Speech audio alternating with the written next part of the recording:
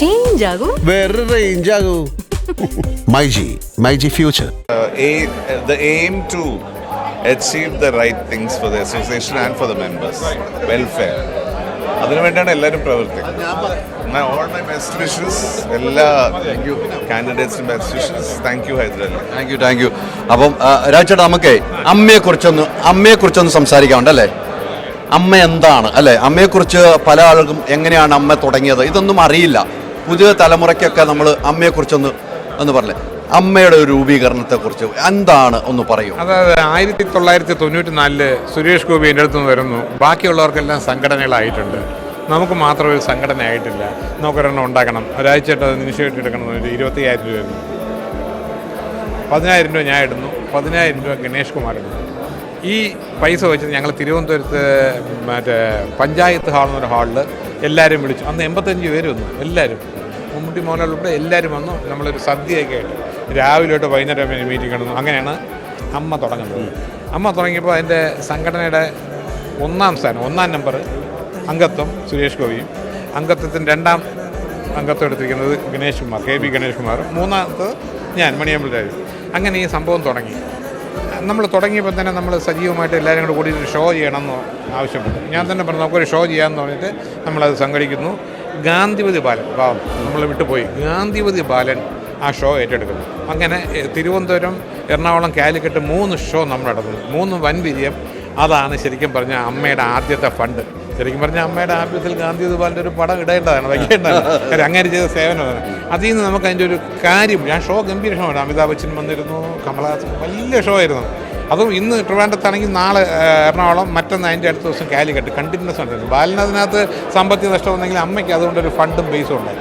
പിന്നെ അവിടെ നിന്ന് ഇങ്ങോട്ടുള്ള, ഞാൻ എക്സിക്യൂട്ടീവ് മെമ്പറായിട്ട് പല കമ്മിറ്റിയിൽ ഇരുന്നെങ്കിലും കഴിഞ്ഞ വർഷം മാത്രം ഞാൻ വൈസ് പ്രസിഡന്റ് സ്ഥാനത്തേക്ക് മത്സരിച്ചു. ഈ പറഞ്ഞൊരു അപ്പോൾ എല്ലാം വേറെ പാനലുണ്ടെങ്കിൽ ഞാൻ ഒറ്റയ്ക്കാണ് മത്സരിച്ചത്. ഏറ്റവും കൂടുതൽ വോട്ടിന് വിജയിക്കുകയും ചെയ്തു. ഇപ്പോൾ തന്നെ ഇവിടെ വന്നപ്പോൾ എല്ലാം കാണുമ്പോൾ എല്ലാവരും ചോദിക്കുന്നത് എന്ത് നിൽക്കാത്തത്. ഞാൻ പറഞ്ഞു നമ്മൾ നിൽക്കേണ്ട കാര്യമില്ല, നമ്മളെന്തായാലും ഇതിൻ്റെ കൂടെ വർക്ക് ചെയ്യാനുണ്ട്. ഇതിൻ്റെ ഓരോ ഷോയുടെ കാര്യത്തിനും ഇതിൻ്റെ ഓരോ കാര്യത്തിനൊക്കെ നമ്മൾ നിൽക്കും. പക്ഷേ ഈ പറഞ്ഞൊരു ഇലക്ഷൻ നിൽക്കണമെന്നില്ല. അങ്ങനെയാണ് ഇലക്ഷൻ വന്നത്. ഇലക്ഷനിൽ പ്രാവശ്യം ധാരാളം പുതുമുഖങ്ങളുണ്ട്. നോക്കട്ടെ, അമ്മയുടെ കാര്യങ്ങൾ ആരൊക്കെ വിചാരിച്ചാൽ നിയന്ത്രിക്കാൻ പറ്റുന്ന അംഗങ്ങൾക്ക് പൂർണ്ണ ബോധ്യമുണ്ട്. ഞാൻ പോലും ഇപ്പോൾ ഒരാൾ നമ്മൾ 3,000 രൂപ കൊടുക്കുകയാണ്, എനിക്ക് വോട്ട് ചെയ്യണമെന്ന് പറഞ്ഞ് കൊടുക്കുകയാണ്. പക്ഷേ അവൻ അവിടെ 3,000 രൂപ മനസ്സിൽ അവിടെ ചെല്ലുമ്പോൾ ഇതല്ല മറ്റേ നാട്ടിലേത് അവിടെ ചെല്ലുമ്പോൾ അവൻ്റെ മനസ്സാക്ഷിയുണ്ട്. ഇവിടെ നിന്ന് ജയിച്ചാൽ ഈ നാട്ടിന് ഗുണം, അല്ലെങ്കിൽ നമുക്ക് എല്ലാവർക്കും ഗുണമുള്ള ഒരാളാണ്. നമുക്ക് പൈസ എന്ന ആളാണോ മറ്റേ ആളാണോ? മറ്റേ ആൾ വന്നാലും നന്നാവില്ല, ആരറിയാൻ വേണം, അയാൾ മറ്റേ ആൾക്ക് വോട്ട് ചെയ്യുള്ളൂ. 3,000 രൂപ വാങ്ങിച്ചൊന്നും അങ്ങനെ വിലക്കെടുത്തൊന്നും ഇലക്ഷൻ ചെയ്യാൻ പറ്റില്ല. ചെയ്യുന്നവരുണ്ടായിരിക്കും ഒരു ചെറിയ പെർസെൻറ്റേജ്. അപ്പോൾ അമ്മയിലിപ്പോൾ ഒരു എന്താ പറയുക, ഇപ്പോൾ അംഗങ്ങൾ കൂടി. അന്ന് നമ്മൾ തുടങ്ങുമ്പോൾ 110 പേരായി. അങ്ങനെ കൂടി ഇപ്പോൾ ഏതാണ്ട് 400-ന് മുകളിലായില്ലായിരുന്നു. 506 118-120 പേർക്ക് നമ്മൾ കൈനീട്ടം കൊടുക്കുന്നുണ്ട്. എല്ലാ വർഷവും ഇൻഷുറൻസും നല്ല കാര്യങ്ങൾ പോകുന്നുണ്ട്. ബാബുവും കഴിഞ്ഞ 25 വർഷമായിട്ട് നല്ല സേവനമാണ് കാണിച്ചത്. പിന്നെ നമ്മുടെ ഒരു സക്സസിൻ്റെ ബലം എന്ന് പറയുന്നത് കഴിഞ്ഞ 3 വർഷമായിട്ട് നമ്മുടെ പ്രസിഡന്റ് മോഹൻലാലായിരുന്നു. നമ്മൾ എവിടെ ചെന്നാലും ഒരു പ്രസൻറ്റ് വിടണം. മോഹൻലാലിനെ കൊണ്ടുപോയാൽ നമ്മുടെ ആളല്ലേ, അതൊരു നോ വരത്തില്ല. എല്ലാ കാര്യങ്ങളും ഭംഗിയായിട്ട്. ഇനിയും പ്രസിഡന്റ് പുള്ളി ആയതുകൊണ്ട് തന്നെ ഇത് സംഘടന കൂടുതൽ ശക്തിപ്പെടുത്തുകയുള്ളൂ. ഇനി ഇത് കണ്ടിന്യൂസ് ആയിട്ട് വീണ്ടും ഷോകൾ വരുന്നുണ്ട്. കാര്യം മിനിമം 6 കോടി ഇല്ലാതെ അമ്മയ്ക്ക് മുൻപോട്ട് പോകാൻ പറ്റത്തില്ല. ഇത്രയും പേരെ കൈ നീട്ടം, ഇൻഷുറൻസിൻ്റെ തുക തന്നെ 2-2.5 കോടി രൂപയോളം അടയ്ക്കും. 3 കോടി രൂപ അടച്ച വർഷങ്ങളുണ്ട്. അത് വേണം. പിന്നെ ഓഫീസ് എക്സ്പെൻസ്, അവരുടെ ശമ്പളം, കറണ്ട് ബില്ല്, ബിൽഡിംഗ് കാര്യം എല്ലാം കൂടെ ആകുമ്പോൾ ഇത്രയും പൈസ. അപ്പോൾ അതിന് നമുക്ക് ഷോ അനിവാര്യമാണ്. അങ്ങനെ ഇപ്പോൾ ഷോകളൊന്നും നടക്കുന്നില്ല. ദുബായിലും ഇവിടെയൊന്നും നടക്കുന്നില്ല. പക്ഷേ എന്നാലും മോഹൻലാൽ ഉള്ളതുകൊണ്ട് നമ്മൾ പലയിടത്തും പറഞ്ഞിട്ട് ഓൾറെഡി 2-3 ഷോകളൊക്കെ പറഞ്ഞു വെച്ചിട്ടുണ്ട്. അപ്പോൾ എല്ലാം ഗംഭീരമായിട്ട് വരും. അപ്പോൾ അങ്ങനെയാണ് അമ്മ തുടങ്ങി. അമ്മ എന്നുള്ള പേരിട്ടത് പക്ഷേ മുരളിയാണ്. ഈ സംഘടനയ്ക്ക് എന്ത് പേര് വേണമെന്ന് പറഞ്ഞപ്പോൾ അങ്ങനെ എഴുതി association of Malayalam movie artist അമ്മ എന്ന് കണ്ടുപിടിച്ചത് മുരളിയാണ്. അന്തരിച്ച മുരളിയാണ് ആ പേരിട്ടത്. ഒത്തിരി സന്തോഷം അമ്മയെക്കുറിച്ച്. അതെ, എന്നല്ല പുതിയ ജനറേഷനിൽ ഈ അമ്മയുള്ള മെമ്പേഴ്സിനും പലർക്കും ഇത് അറിയില്ല. അതും കൂടെ കൊണ്ടാണ് ഞാൻ ഇത് പറഞ്ഞത്. തീർച്ചയായിട്ടും. എനിക്ക് ഈ ജോയ് മാത്യുവിൻ്റെ ഒരു പോസ്റ്റ് കണ്ടിരുന്നു. വേറിട്ട ശബ്ദമുയർത്താൻ താൻ മത്സരിക്കുന്നു എന്നോട് പറഞ്ഞത്. വേറിട്ട ശബ്ദമായിരിക്കുമെന്ന കാര്യത്തിൽ സംശയമില്ല. എന്ത് കണ്ടാലും പ്രതികരിക്കാനും നീതിയുടെ ഒപ്പം നിൽക്കാവുന്ന പോരാടുന്ന ഒരു വ്യക്തി തന്നെയാണ് അല്ലേ? അങ്ങനെയാണ് ഞാൻ കണ്ടിരിക്കുന്നത്. പിന്നെ വോട്ട് പറയൂ. വായ തുറന്ന് 2 വാക്ക് സംസാരിക്കാൻ കഴിവുള്ളവർ നിൽക്കണമെന്നുള്ളതാണ് അതിന്റെ കറക്റ്റ്. ഞാൻ എൻ്റെ സ്വന്തം ഇഷ്ടപ്രകാരം നിന്നല്ലത്. പലരും എന്നെ ഇങ്ങോട്ട് വിളിച്ചു പറഞ്ഞു ഇതേപോലെ നിങ്ങളുമായിട്ട് ആൾക്കാരോട് വേണം.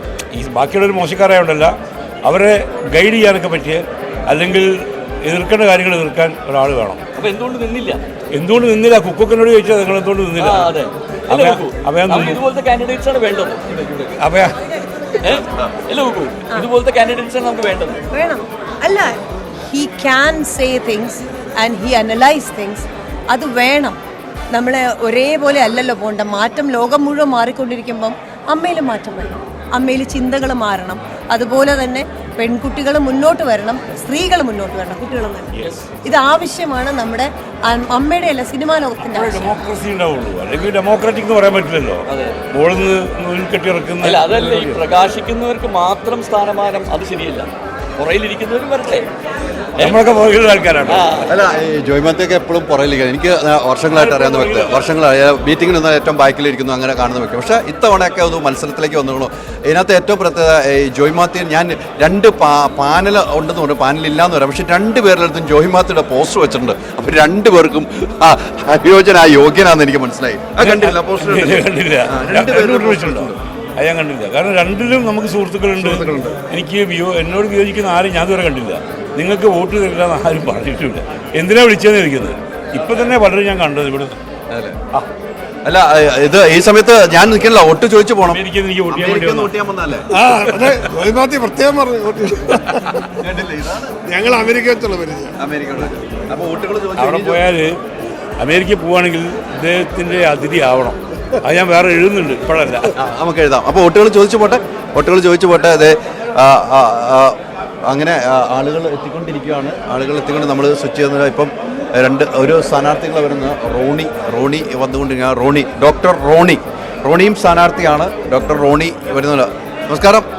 എങ്ങനെയുണ്ട് അമ്മയുടെ വീട്ടിലേക്ക്, തറവാട്ടിലേക്ക് എത്തിയോ? അടിപൊളിയല്ലേ, ഇപ്പോഴും മിസ് ചെയ്യാറില്ല. പിന്നെ കാണാൻ പറ്റുന്നു. അടിപൊളി. കഴിഞ്ഞ വർഷം കണ്ടിട്ട് പോയതാണ്. ഹാപ്പിയല്ലേ? പിന്നെ തീർച്ചയായിട്ടും.